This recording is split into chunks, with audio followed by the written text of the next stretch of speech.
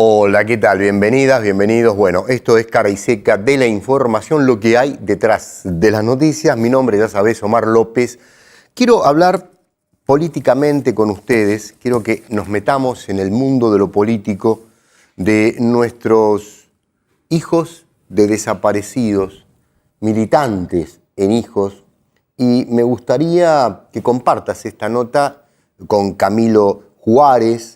Él es un militante de la agrupación Hijos Desaparecidos, militantes de Hijos de Capital Federal, ¿sí? Y cuánto hay en la vitalidad de la memoria, podríamos ir descubriendo esto en esta entrevista, cuánto hay en esa urgencia de resignificar la memoria para la lucha, porque los queremos con vida y los queremos con justicia, y cuánto esto hoy está impregnado en el escenario político actual. Me parece que en las noticias, como siempre digo, esto que no aparece nosotros queremos darle visibilidad. Vamos a saludarlo a Camilo Juárez, ¿están de acuerdo? Camilo, gracias por estar acá. Gracias por invitarme. No, por favor. ¿Cuáles son las principales inquietudes que hoy la agrupación Hijos propone a la sociedad y se propone junto con la sociedad? Bueno, bien vos decías recién en tu introducción de la importancia de la memoria, y creo que nuestra búsqueda es principalmente por justicia, pero también por verdad, contra el olvido, contra todo lo que vino después del genocidio. Días pasados, hace muy poquitos días, se cumplió un nuevo aniversario del 24 de marzo, con la implicancia que tiene, que es la marcha y en la fecha que más se moviliza la sociedad argentina cada año se moviliza más, pese al gobierno que tenemos en este momento en nuestro país, que es un gobierno, ya sabemos, negacionista, que persigue a los políticos, que hay presos políticos, que hay violaciones graves a los derechos humanos, ni que hablar de la economía. Pero en cuanto a lo que es el 24, ellos es un día que trataron de borrar como feriado. Sin embargo, no lo pudieron hacer, y sin embargo cada año más gente se moviliza. Lo vimos este domingo próximo pasado, y eso es más que nada porque hay una conciencia en nuestro pueblo que dice que nunca más lo que pasó, que sabe cuáles son las consecuencias de la impunidad, y que está dispuesto a luchar con las madres y las abuelas, que son el eje y la guardasalva de nuestra moral, de nuestra sociedad, me parece. Me anticipaste la pregunta, gracias, pero está muy bueno lo que estás reflexionando, ¿no? También se observa una nutriente nueva colonia de participantes en estas marchas de los 24 que están desafectadas en alguna medida de la estructura política convencional, ¿no es cierto? Hay muchos, como digo yo, muchos sin carné que van por ahí, ¿no? Cuando llegan las columnas, la plaza ya está llena. Sí. Y son en su mayoría de familias, gente suelta, gente que está por la suya, como vos decís, de la mano, muchos jóvenes. Por suerte, cuando vemos las manifestaciones de los fachos o de los caceroleros, son siempre un grupito de viejos de mierda, y el grueso de la juventud está en no olvidar y en repudiar, en la búsqueda de más derechos, en la búsqueda de igualdad y de memoria. ¿Ustedes tienen dimensión de el valor agregado en términos culturales que se han propuesto y que ha llegado a la comunidad, tanto con nuestras abuelas, tanto con nuestras madres, tanto con ustedes, ¿no? Porque, digamos, es un valor agregado. O sea, ustedes han logrado que una gran parte de la comunidad, más allá de los sectores orgánicos, los movimientos sociales, los políticos sindicales, los partidos políticos, hoy la sociedad participa plenamente, cada vez más, como decís vos, ¿no? Y eso tiene que ver con algo, tiene que ver con el trabajo de ustedes, de las organizaciones. Quizás sí. Espero que, bueno, ese reconocimiento, ese cariño de la gente, esa emoción que hay cuando entra la columna de Hijos, ese sentimiento es algo muy fuerte. Sí. El que estuvo ahí vivió hace unos años que marchamos los hijos, con los nietos, con la bandera de las abuelas, con los principales organismos, y se nota que te ceden el paso y que se emocionan. La gente aplaude. Desde el 95, que fue la primera vez que marchamos, un 24 de marzo, hasta hoy todo lo que ha pasado y todo lo que cuesta sostener, ¿no? Me emociono con el tema de la memoria porque este sábado recibí una fotografía de mi papá que no tenía. Quería entrar a ese tema, pero Hablando, bueno, hoy me venís ganando, 2 te a vengo 0. ganando. Hablando en un acto político, una hermosa foto en blanco y negro, jovencito. ¿En qué Por año la más o edad menos calculo fue? 73. 72, 73. Él era dirigente de la JTP, era cineasta. Y bueno, encontrar una foto así es un hallazgo gracias a la búsqueda de tantos compañeros, en este caso Roberto Baschetti, que es un investigador importante, Roberto, sí. que nos hizo llegar ese negativo. Así que hay una foto nueva de mi viejo, jovencito, pintón y con una magia en los ojos. ¿Tenés muchas fotos de tus padres? No, para mí no son muchas, tengo algunas. Pero siempre que aparece una foto nueva es un hallazgo y es algo para compartir y algo que te recuerda que más allá de lo que hacemos nosotros, hay mucha gente tratando de recuperar. Me han llegado fotos de amigos que no conocí, de mis padres, Claro. de mi madre. Mi madre era Alicia Rosalía País, era afrodescendiente, se dedicaba a hacer vestuarios de cine y televisión y militaba en la Juventud Peronista de San Telmo. ¿Y vos a qué te dedicas? ¿De qué vivís, Camilo Juárez? Yo soy, en este momento, soy trabajador del Archivo Nacional de la Memoria, del área audiovisual. Sigue la corriente familiar, ¿no? El audiovisual. En lo audiovisual un Sí. poco, sí, no hacia la realización cinematográfica, pero sí he participado en diversos festivales de cine, de arte, muestras, fotografía, un poco todo lo que es cultura.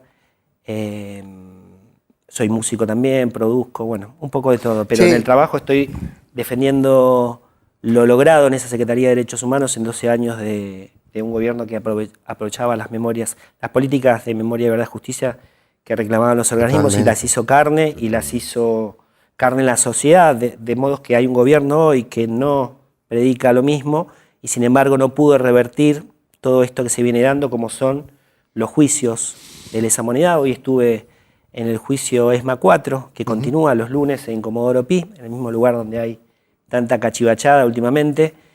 Continúan los juicios de lesa. Mi viejo es caso en esta etapa y fue caso en la parte de ESMA 3, donde en diciembre de 2017 tuve la lista de 16 responsables de su secuestro, asesinato y desaparición, condenados por el caso de mi viejo. Eran,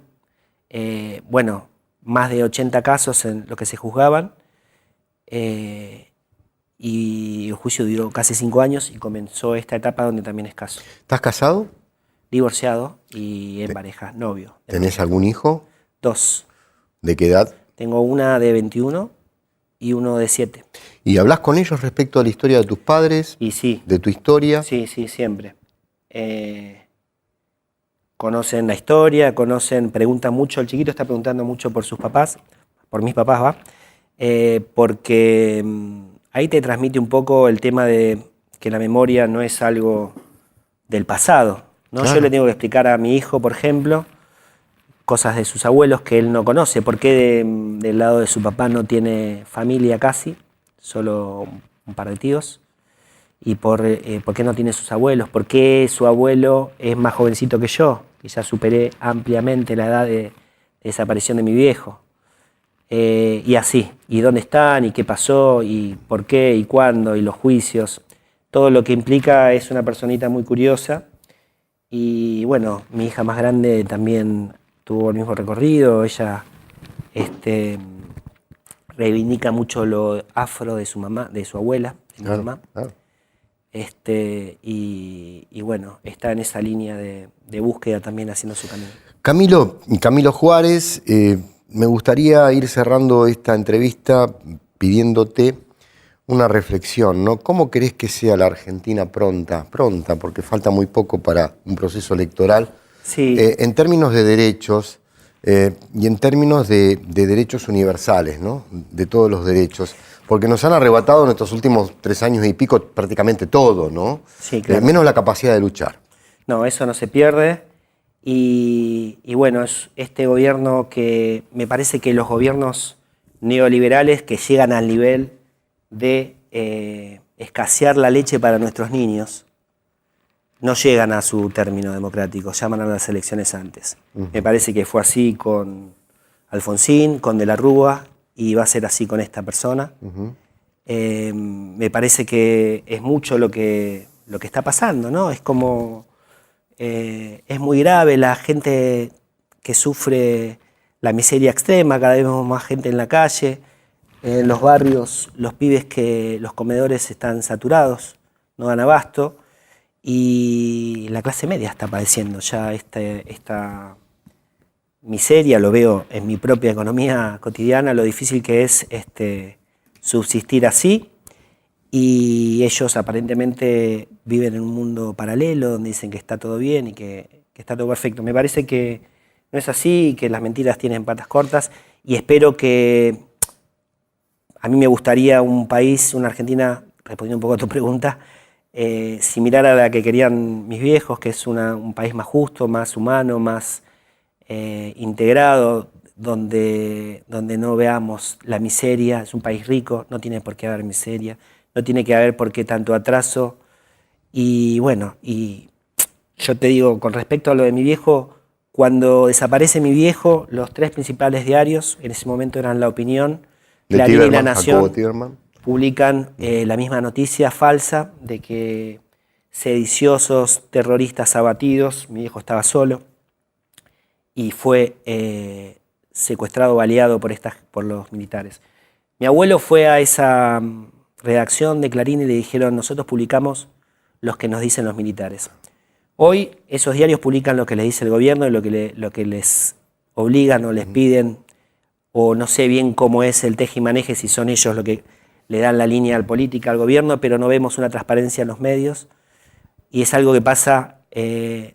Lo dice la película que hizo mi viejo en el año 68, hace más de 40 años que la vimos hace poco, es un documental sobre el Cordobazo, y denuncia eso, ¿no? Como el control de los medios es algo tan común en toda Latinoamérica. Me gustaría que puedas venir por aquí nuevamente, quedan creo que 2 minutos y medio, Camilo Juárez, y puedas traer el documental de tu padre y hacer una entrevista. Queda mucho en el tintero, ahora te voy a decir algunos de los puntos que quedan. Pero lo podemos hacer antes de finales de mayo. A mí este tema me inquieta muchísimo. Toda mi vida me inquieta mucho, porque todos los que estamos en el campo de la militancia popular somos huérfanos de muchos compañeros que hemos perdido, ¿no? Y me gustaría poder hablar contigo, viendo ese documental y reflexionando muchas cosas. Una de las tantas preguntas que uno tiene hoy es decir, bueno, ¿cómo vamos a sustituir a nuestras madres y a nuestras abuelas? No, eso es imposible. Es imposible, pero hay que ocupar el espacio de ellas porque ellas nos están enseñando históricamente eso y 1000 cosas más para poder hablar en el ejercicio de lo político, de la responsabilidad política que tenemos en la sociedad en estos tiempos y cómo educar a nuestros descendientes, ¿no es cierto?, a los que nos van a ir reemplazando en esta lucha por la dignidad humana. Camilo, me parece que ellos nos tienen que enseñar a nosotros. Yo veo una juventud sí, sin duda. muy Sin duda, arrebatada, sobre todo las chicas. La lucha de ellas es algo que veo con mucha alegría y lo veo como que los jóvenes vienen con mucha fuerza, así que no sé qué vamos a llegar a ver nosotros, pero estoy convencido que los cambios vienen con todo. Yo tampoco sé lo que voy a ver, pero sí estoy convencido de lo que va a suceder. Y lo que va a suceder, aunque uno no lo vea, es que finalmente, como una vez dijo Espartaco, ¿no? Yo siempre cuento esto porque me impactó y le sigo encontrando sentido, ¿no? Espartaco estaba preparándose para la última batalla, ¿no? Hace poco en un programa, aquí lo hemos comentado, y le pidió a las mujeres más ancianas, a sus abuelas, que esa noche juntaran a todos los niños y le contaran la historia de dónde venía cada uno, ¿no? De sus ancestros. O sea, le pidió que le transfirieran la memoria que tenían las ancianas a sus nietos, porque él pensaba que podía ganar la batalla, la última batalla por la libertad de Espartaco, pero también pensaba que la podía perder. Y él decía, si perdemos, la memoria es lo único que nos va a preservar para volver a conquistar nuestra libertad. lamentablemente perdió y siempre digo, lo habían crucificado a lo largo de la Vía Apia, que era como una avenida muy grande, donde para que cada familiar pasara y viera a su padre, a su hermano, a su hijo, crucificado por haber osado luchar por la libertad. Bueno, los militares nos escondieron los cuerpos. Los militares nos escondieron los cuerpos. Esa posibilidad de darle una digna sepultura. Es bueno trabajar la memoria desde todos los lugares posibles porque nos fortalece. Pero bueno, vamos a tratar de que Camilo vuelva por aquí prontito y vamos a darnos el gusto de ver el documental de tu papá, ¿sí? Y vamos a homenajear a los que no están y vamos a tratar de que estén cada vez más cerca nuestro, porque así nos lo exige la dignidad humana y el sueño de la libertad. Gracias, Camilo. No, gracias a vos. Gracias a ustedes. Hasta mañana.